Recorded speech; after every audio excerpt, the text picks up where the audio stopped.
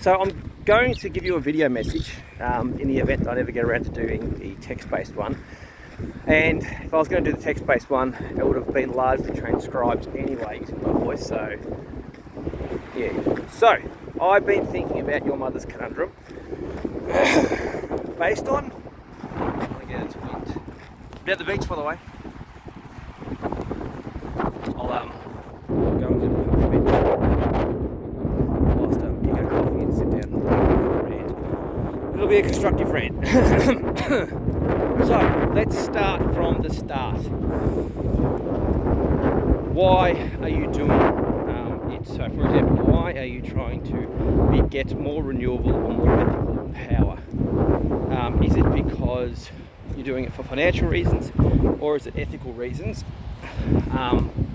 And it's usually a mixture of both, and if so, by how much? So, for example, I am with a company called PowerShop. Now, PowerShop is 100% Australian, and they source 100% of their power from renewable sources, which means that without putting a single panel or spending an extra cent, for the same basic amount of money you're paying currently for power, if you go with PowerShop, all of your power will be sourced from renewable sources, and you're finished.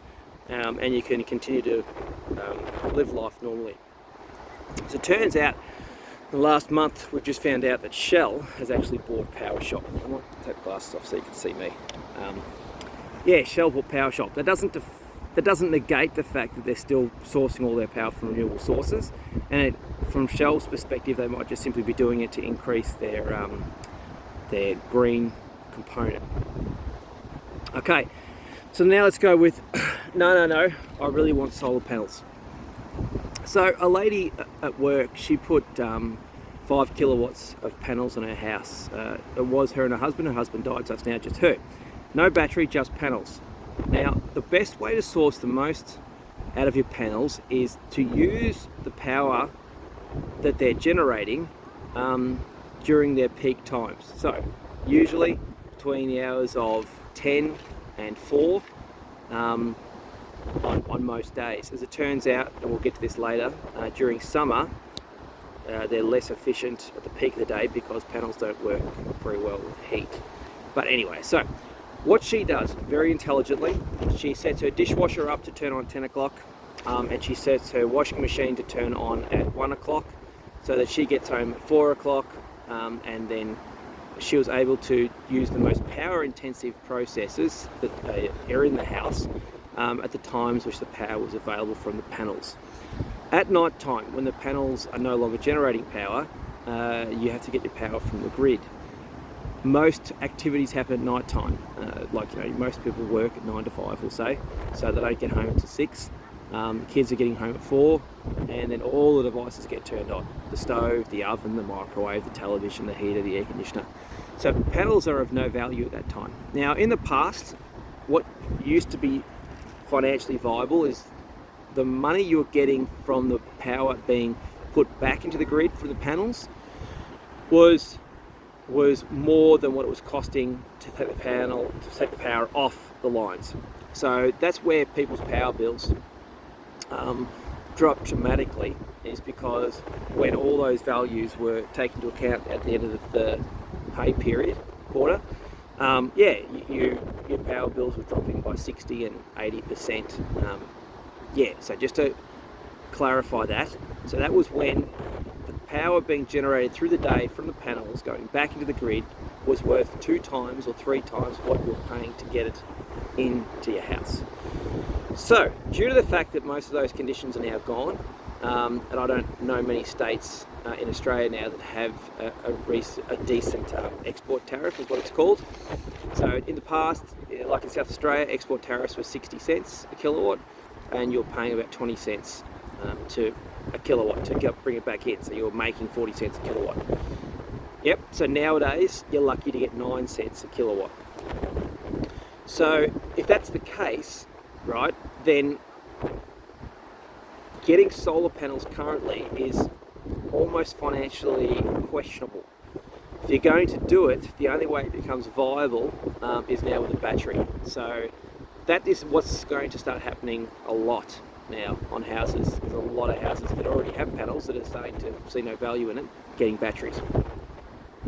Now you're back in the game, and if you're to do it properly, look, in Victoria at the moment, you can, with all rebates from a decent provider, it's about $9,000 for 5 kilowatts of a battery, which is half of what it would cost retail, because the state's picking up half of that cost, which is fantastic.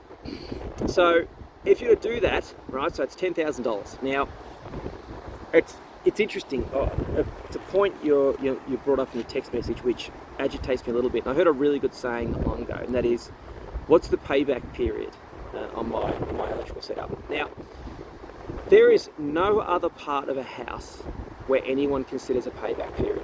You don't consider a payback period for your air conditioner, or your house itself, or the roof, or the bathroom.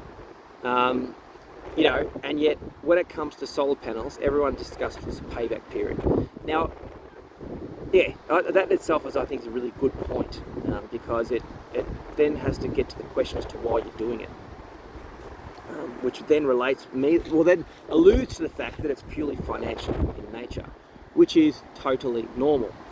So then you go, okay, how much longer are we going to be in this house for? If I was to spend $10,000 on panels and a battery, are we going to be here within this time frame over the next however many longs? Say you get a $200 power bill every quarter, 2 4s are 8, so it's $800, so we'll call it $1,000 a year. So you've got to be there for 10 years for that to be now generating money. So cute dog. So straight away you're now going with the power company that costs you no money, that gets all its power from renewables, financially probably the smarter way of doing it, and you tick the box. But you don't have the pretty panels on the roof, and Now the other thing about the payback period of panels and batteries is that they are now becoming a property investment.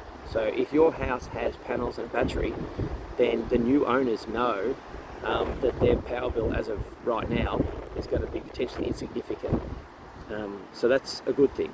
But once again, what are you doing? You're putting panels and a battery in a house for someone else. So, okay, so now then, let's get to the crux of what I wanted to get to, the point. What a lot of people on the social media platforms I've been watching in this area are doing is they put the panels on, they put the batteries on, and then they replace their transports. So they're now getting full electric vehicles for the household. Now you're talking, now obviously more money, but you still got to buy a car anyway. So if you're going to buy a car, and if you're going to go down this track, you definitely buy an electric car, like a Nissan Leaf or any form of plug-in hybrid. Hybrid will be valid for the next 20 years at least, certainly in Australia, after which it'll be either full electric or hydrogen powered. But no, don't worry about that. That's so for the next 20 years, electric or hybrid. Personally, my current preference is a hybrid, depending on your lifestyle. I'll give you a story. My brother, he lives in Canada, and he's got a Ford Lincoln hybrid. So it's a plug-in hybrid. Now the big difference, most hybrids you're going to buy now are all plug-in hybrids, which means that the entire car can run entirely on electricity, and the petrol engine is only used in the event that it has no other option and the battery is almost dead and it has to turn that on. So, story, Lincoln, hybrid. So it's got a small combustion engine in it, but it has a 50k range on the battery. In Canada, charging is free. So let's go back to the house example here as well. If your house has panels and a battery, then you can now run your transports for free.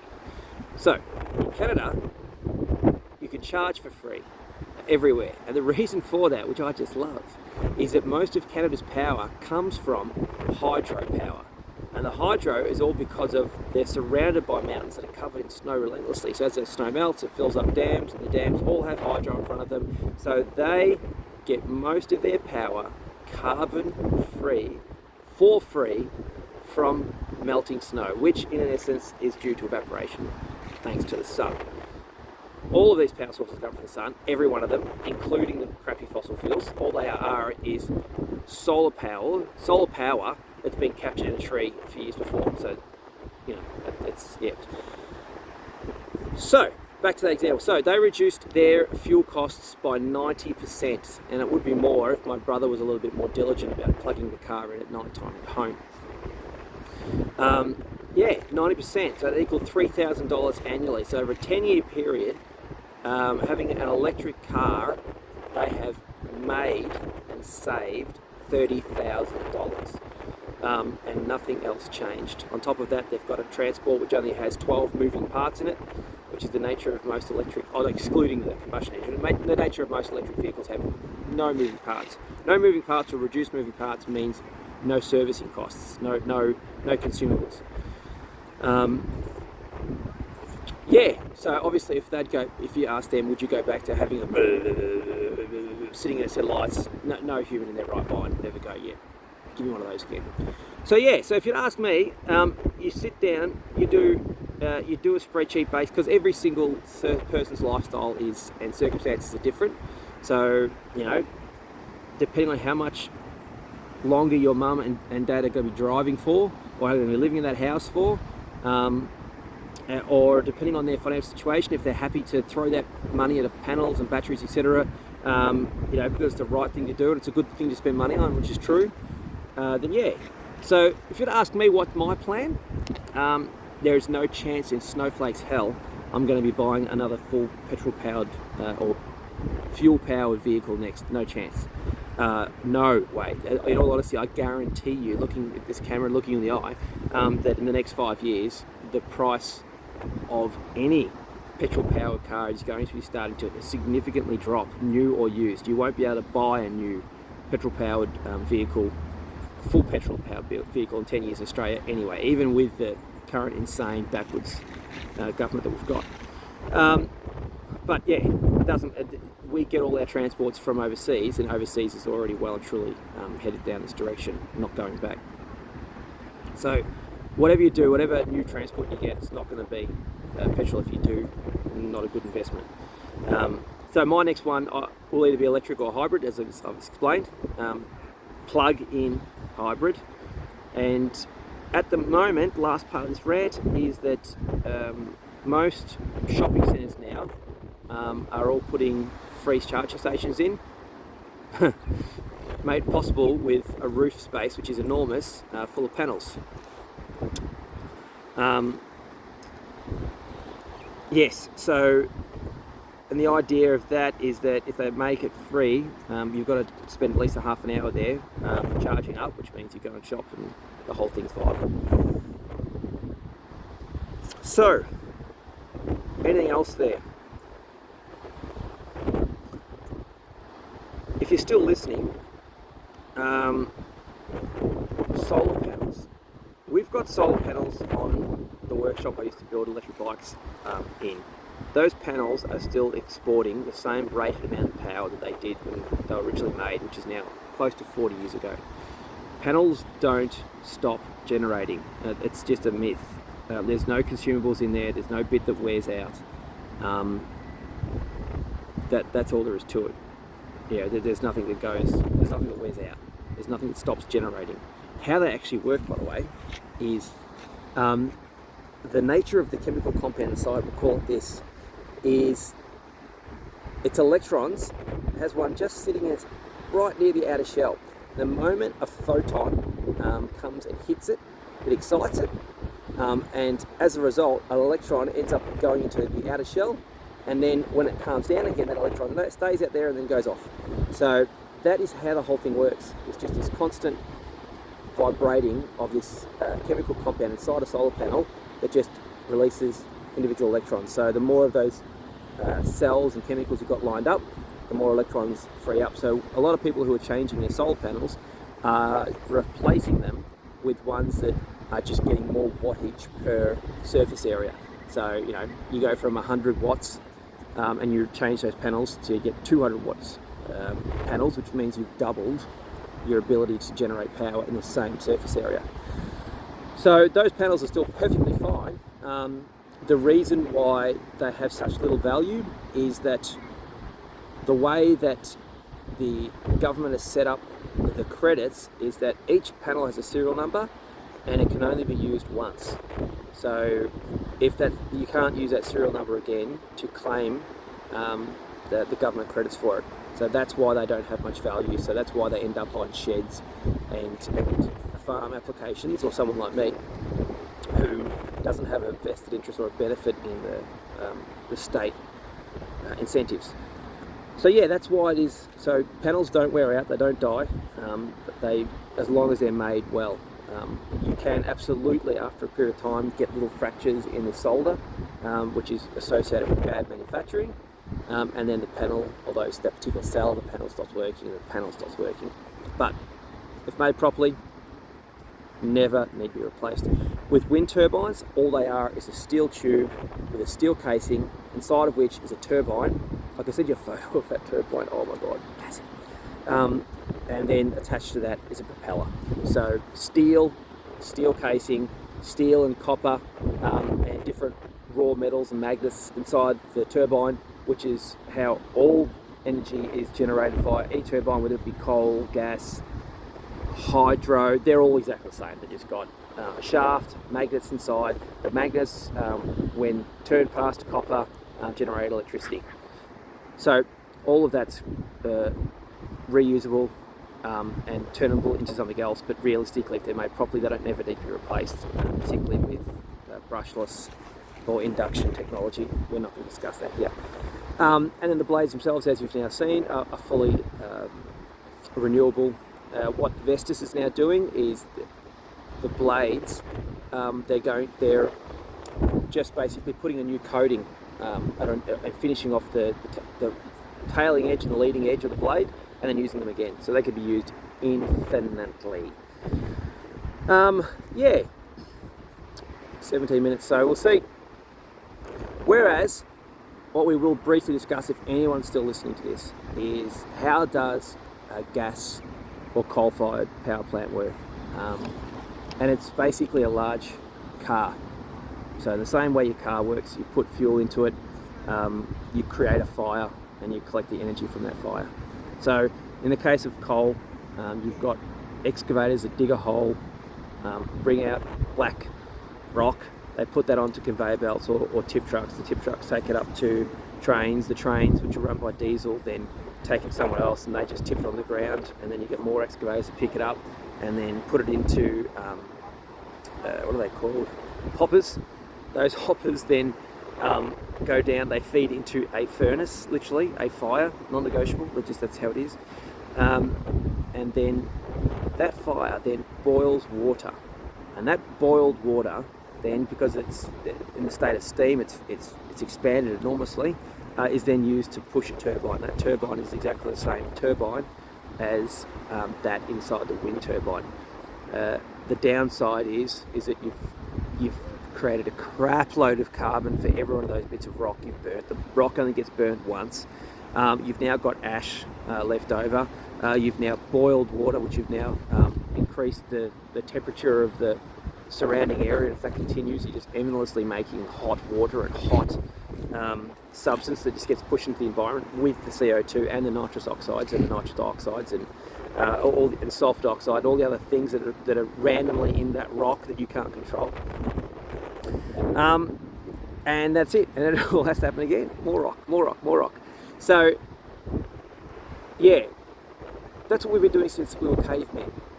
Like, that's the original form of heat and generating energy. We're still using it as a means to create power today. It's actually embarrassing.